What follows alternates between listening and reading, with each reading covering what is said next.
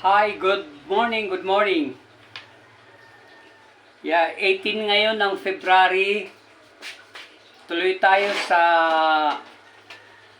mga paraan para marating natin ang ating mga consumers, mga kapwa Salvinian, at i-promote natin ang Salveo Barley Grass, the number one nutritious plant in the world.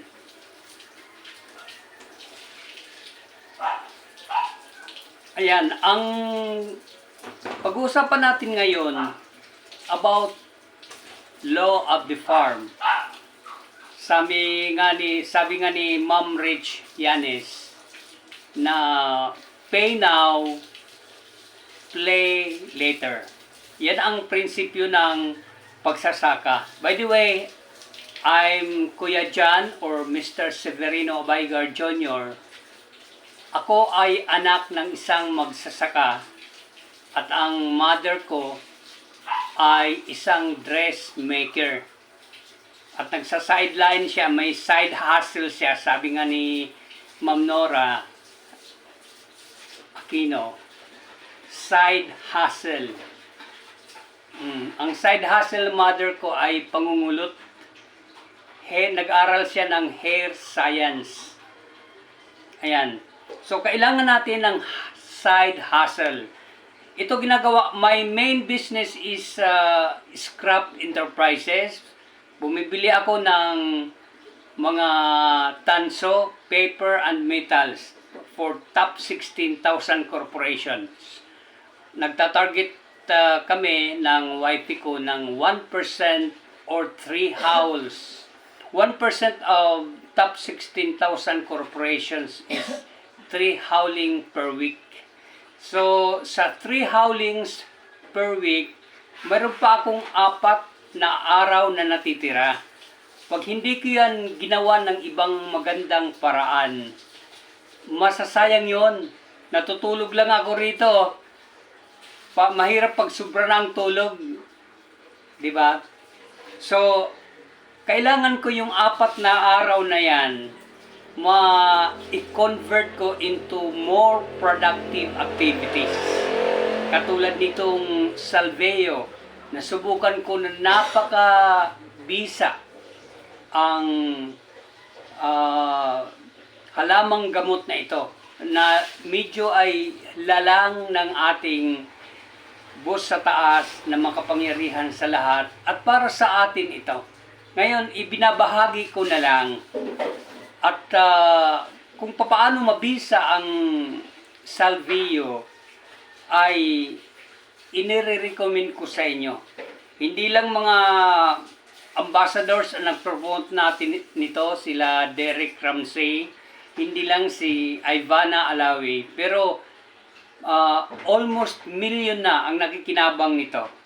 So tangkilikin natin sa mga may agam-agam pa. Ang nakikita nyo pong kalbo, talagang kalbo yan, walang buhok na yan. So, pag-aaralan natin ngayon ang law of the farm. So, ang father ko ay magaling na magsasaka. Kaso nga lang, may mga pangarap siya na hindi niya narating. Kasi, ibang paraan. Ika nga, we have to create ways to gain our success or achievements, pero sa tamang paraan. Ito para sa akin ay tamang paraan. Pag gumastos ka rito ng produkto at gusto mong maging produktibo, gusto mong gawin ang negosyo, ay katulad ng magsasaka ay naghihintay. Ika nga, he has patience to wait for his crops or harvest. Katulad ng palay ay itinatanim yan at hinihintay ng 4 na buwan bago anihin. Babantayan mo yan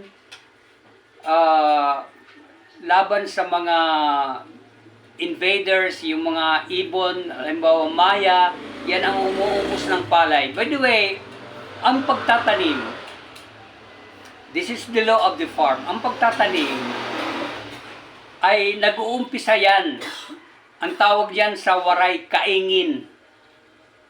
Pinuputol mo yung malalaking damo, tapos kahoy, at hinihintay, pinatutuyo yung mga tinatawag na yan na kinaingin.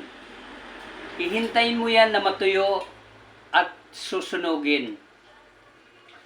Pagkatapos sunugin, lilinisan natin ang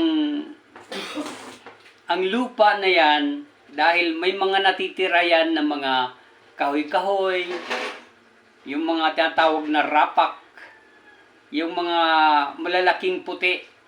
Dahil sagabal po yan sa pagtatanim. Kailangan maging malinis ang lupa bago siya paghasikan ng palay. O.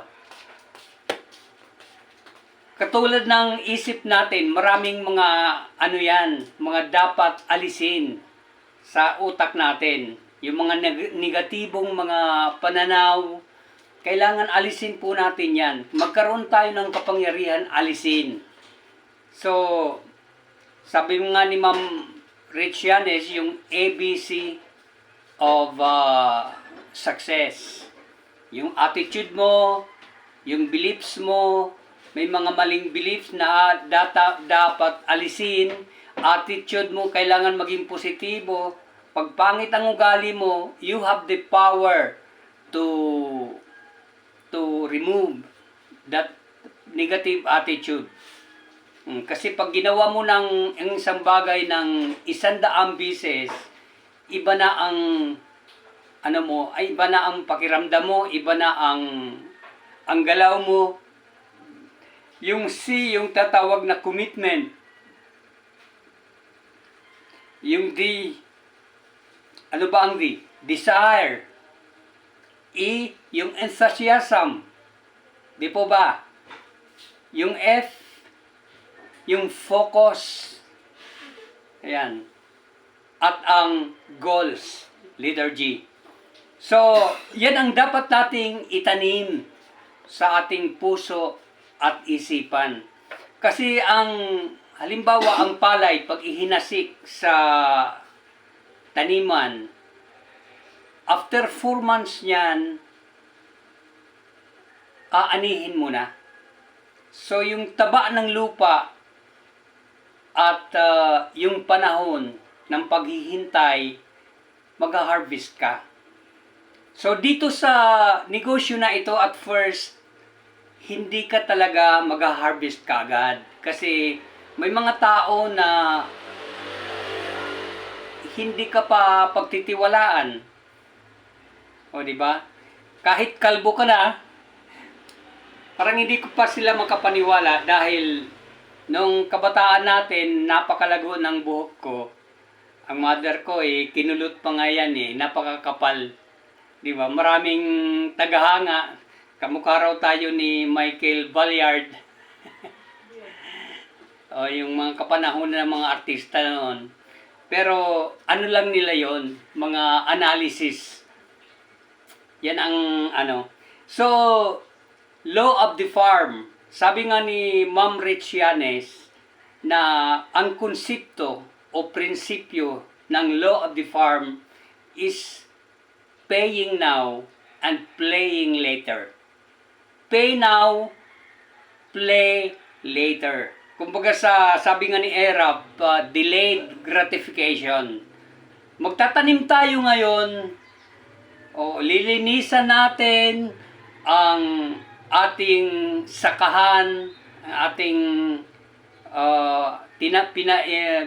itinanim. Kasi pag tinalo ang ating itinanim ng mga damo, ng mga mapanira, may mga mapanirang damo. Kumbaga sa kultura natin, ang Pinoy, pag nakita nila na umaakyat ka, hihilahin ka pababa. Diba? Kahit nga minsan mga kamag-anak, pag inaalok mo, sasabihin nila na may pagpapahid naman ng langis. Di ba? Ibig sabihin, wala silang kakayahan na sumubok sa galing ng Diyos na galing sa kanyang tanim na ibahagi. Kasi dito sa sanlibutan, by the way, ang nakasulat sa Biblia, mga salita ng Diyos, anak ka man niya o sanlibutan ka, pinagpapala ka kung sumunod ka sa batas ng kalikasan. Yan, katulad dito, batas ng kalikasan, tinatawag ito na law of the farm. Kailangan na sumunod tayo. Sanlibutan ka man, pagpapalain ka, tingnan mo. O, Iglesia ni Cristo ba si Danding Cuangco, sino ba yung isa? Yung mga Ayala, yung ng San Miguel, di ba? Pero pinagpapala sila dahil sumusunod sila sa batas ng kalikasan. Kung gusto mo naman maligtas, ang paniniwala ka, sumasok ka sa Iglesia ni Cristo. O di ba? Dahil nandyan si Cristo, ang katawan niya, kailangan, sabi nga ni Cristo, pumasok ka sa akin at ikaw ay maliligtas. Sino ka man? Di ba? Hindi ang nasusunod yung sumusunod. Kailangan ang sinusunod yung dapat sundin. Halimbawa, ang may-ari ng iglesia para sa kaligtasan sa buhay na walang hanggan at bayang banal, pumasok ka sa iglesia. Don't argue with it. More than 40 years na ako sa iglesia at yan ang katotohanan. Sabi nga ni Kristo, katotohanan, sinasabi ko sa inyo. Pag nasa labas ay ang Diyos ang humahatol. Yan ang buod ng pagtuturo ng Biblia. So, ang iba hindi naniniwala sa sugo. Pero wag tayo mapunta roon dahil pinagbabawal yan dito sa negosyo, ang religion. Pero yan ang priority ko sa buhay. Yung buhay na walang hanggan at pagtahan sa bayang banal. If you want to argue with it, i-PM mo ako at magdadala ako ng ministro para makipagdebate sa'yo. Pero hindi tayo dito para magdebate. Ang pinag-aaralan natin ay law of the farm. So dito, tanim lang ng tanim tayo. Consistent. Ang father ko, pag nagtatanim, halimbawa, kasi maluwag ang lupa ng mother ko doon sa Daligan, sa barangay ng Calbiga, Western Samar, may 7 hectares siya roon. Kapag ang father ko nagtanim na yan ng 1 hanggang 2, natawag yan na lata, yung lata ng biskwit, yan, mga 7 salop yan. Nag-aani siya ng 20 sacks or 30 sacks, inilalagay niya sa lalagyan ng kanyang mga ani. So, sa mga nag-uumpisa pa lang ng negosyo na ito at nagtatanim kayo araw-araw, tuloy-tuloy lang ang pagtatanim. Yan. Ang pagtatanim ng tinatawag niya na banika. Ibig sabihin, nasa lupa na walang tubig. Ang pagtatanim ng palay, hinahasik yan at binubudburan ng mga binhi ng palay. Pagkatapos, hinihintay natin ang ulan para madiligan ang ating mga pananim at tumutubo na yan. Sa madaling salita, after 4 months, nandyan na. Nandyan na yung mga palay. Lilinisan na lang yan para hindi talunin ng mga mapanirang damo. So, sa atin, yung mga mapanirang damo, yung bang kahit mahal mo sa buhay, pag sasabihan ka, uy, ano ba yan, naniniwala ka dyan? Pero bakit may mga kumikita na ng 1 milyon? Di ba? Ang sabi nga ng may-ari ng Salvio Corporation na ang Salvio ay nag-create na ng 60 millionaires. Ngayon, bakit natin paniniwalaan ang mga mapanira Kumbaga sa damo, mapanirang damo. Mahirap yun mamatay, mapanira eh. O, di ba? So, thank you for watching. At sa top 16,000 corporations, I am targeting 1% para magkaroon kami ng 3 hauls per week. Ini-invite ko kayo, mag-supply kayo sa akin ng mga scrap. If you have copper wires, mga metals, wag lang mga demolitions pero dati nag-ano tayo ng mga for demolition ng mga scrap. Tawag kayo sa 0939-555-4382. So, pagtatanim ko ito sa first business ko, and Salvio is my second business, pero priority ko rin kayo. So, maraming salamat sa inyong panunood at thank you for watching. Have a nice day. Bye-bye.